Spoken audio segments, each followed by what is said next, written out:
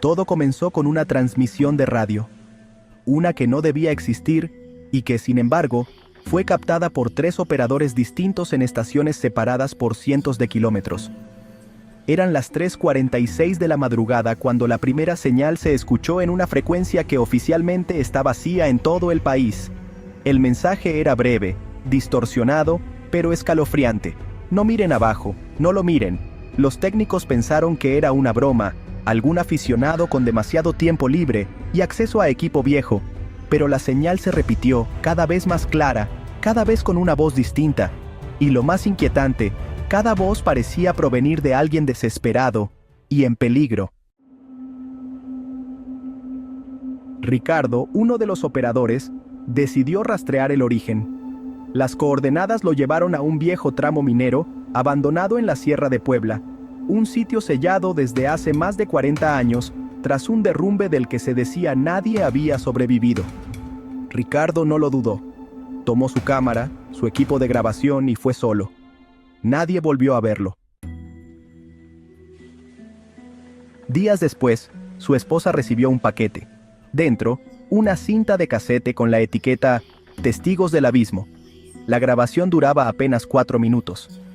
Pero bastó con escuchar 30 segundos para que ella cayera en un estado de catatonia del que no ha salido desde entonces. Lo más extraño es que la cinta fue analizada por expertos en sonido, y todos coincidieron en lo mismo. No hay palabras en esa grabación.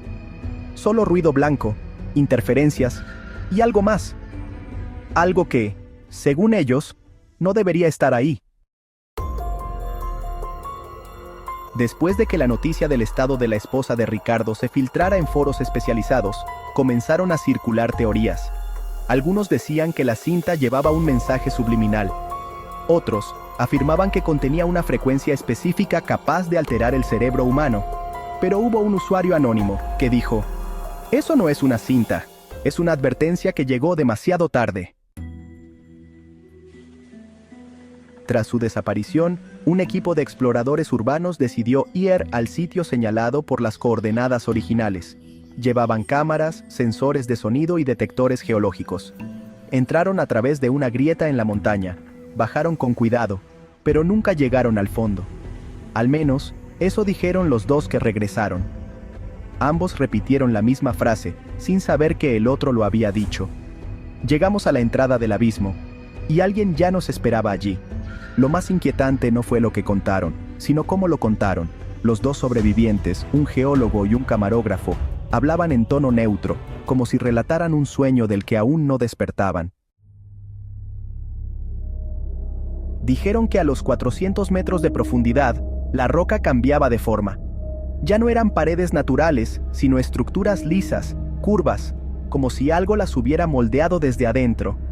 Y entonces escucharon las voces. Primero, susurros, luego llamados. Pero lo más perturbador fue que cada uno oía voces diferentes. El camarógrafo escuchaba a su hermano fallecido, el geólogo a su madre, muerta hacía años. Las voces les pedían que siguieran bajando, que no tuvieran miedo, que ya casi estaban en casa. Fue entonces cuando vieron las figuras. No eran sólidas, parecían sombras densas que se deslizaban por las paredes, sin tocar el suelo. Y los observaban. No se movían agresivamente, pero estaban allí, como si hubieran estado esperando desde siempre. Uno de los exploradores desaparecidos, Tomás, dejó una nota escrita en la libreta de campo. Decía: "No escuches, no respondas. Si te llaman por tu nombre, no contestes. Si te ofrecen algo, no lo aceptes. Y sobre todo, no mires atrás". Después de eso, las autoridades clausuraron la entrada con concreto reforzado. No se emitió ningún comunicado oficial. No hubo noticias. Solo un silencio repentino que cayó sobre todo el caso, como una lápida invisible. Pero lo curioso es que, semanas después, comenzaron a aparecer testimonios en otros lugares. Personas en distintas partes del mundo que decían haber escuchado las mismas voces, sentido las mismas presencias, después de soñar con un túnel oscuro. Y lo más escalofriante fue que todos usaron las mismas palabras para describirlo. No era un túnel. Era una garganta que te llamaba por tu nombre. Hoy, más de una década después del cierre del túnel, las teorías no han dejado de crecer. Entre los foros más oscuros de Internet, circula una teoría conocida como la puerta del abismo. Según esta, existen puntos en el planeta donde la realidad es más delgada, grietas en la superficie del mundo que conectan con algo que no deberíamos conocer. El túnel de la Quebrada Negra, dicen, es uno de esos lugares. Una de las piezas más perturbadoras que alimenta esta teoría es un audio filtrado, presuntamente extraído del equipo de grabación del camarógrafo. Dura solo 37 segundos. Comienza con una respiración agitada, luego un murmullo que se repite en bucle, en una lengua que nadie ha logrado identificar, y termina con un susurro nítido, en español, que dice: «Ya estás dentro, no hay vuelta atrás». Nunca se ha podido verificar su autenticidad, pero quienes lo han escuchado aseguran que es imposible olvidarlo.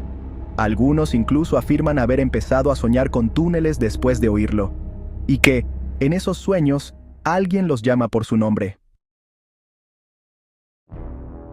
Y lo más inquietante, hace apenas unos meses, en un pueblo cercano, un grupo de niños desapareció tras decir que iban a buscar la grieta de las voces.